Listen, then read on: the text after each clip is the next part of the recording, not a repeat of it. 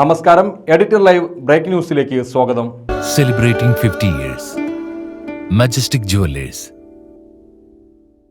കനത്ത മഴയെ തുടർന്ന് ഭാരതപ്പുഴയിൽ വെള്ളമുയർന്നത് KSEBയുടെ വൈദ്യുതി ലൈനിനോളം. ലൈനിൽ കുരുങ്ങിയ മാലിന്യങ്ങളും മരത്തടികളും ഉൾപ്പെടെ വൃത്തിയാക്കാൻ 1 മണിക്കൂറിലേറെ നീണ്ട പരിശ്രമം. എടപ്പാൾ സബ്സ്റ്റേഷനിൽ നിന്നും ഭാരതപ്പുഴ വഴി കുറ്റിപ്പുറം KSEB സെക്ഷനിലേക്ക് വരുന്ന 11 kV മല്ലൂർക്കടവ് ഫീഡറാണ് വെള്ളത്തിലായത്.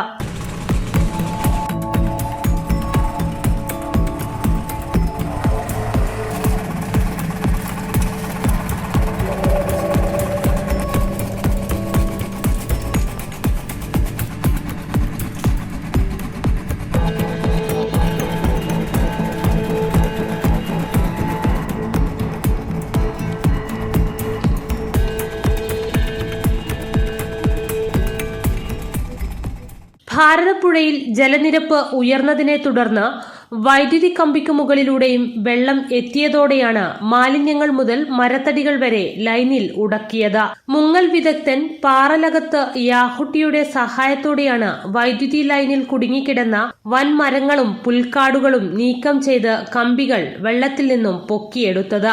ശക്തമായ മഴയിൽ 1 മണിക്കൂറിലധികം സമയമെടുത്തായിരുന്നു ശുചീകരണം.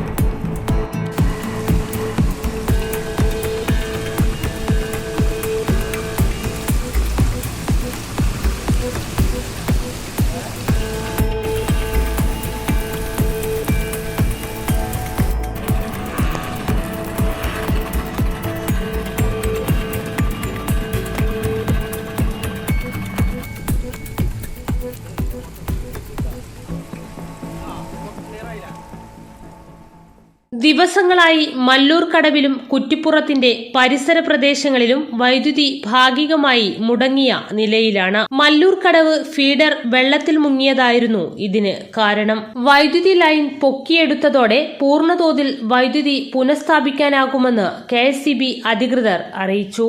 Sub engineer Suraj, contractor PP Sharif, Sufiyan, സന്നദ്ധ പ്രവർത്തകൻ VP ഫൈസൽ എടക്കുളം, KP ഉദയൻ എന്നിവരും സംഘത്തിലുണ്ടായിരുന്നു. Editor live, Kuttippuram.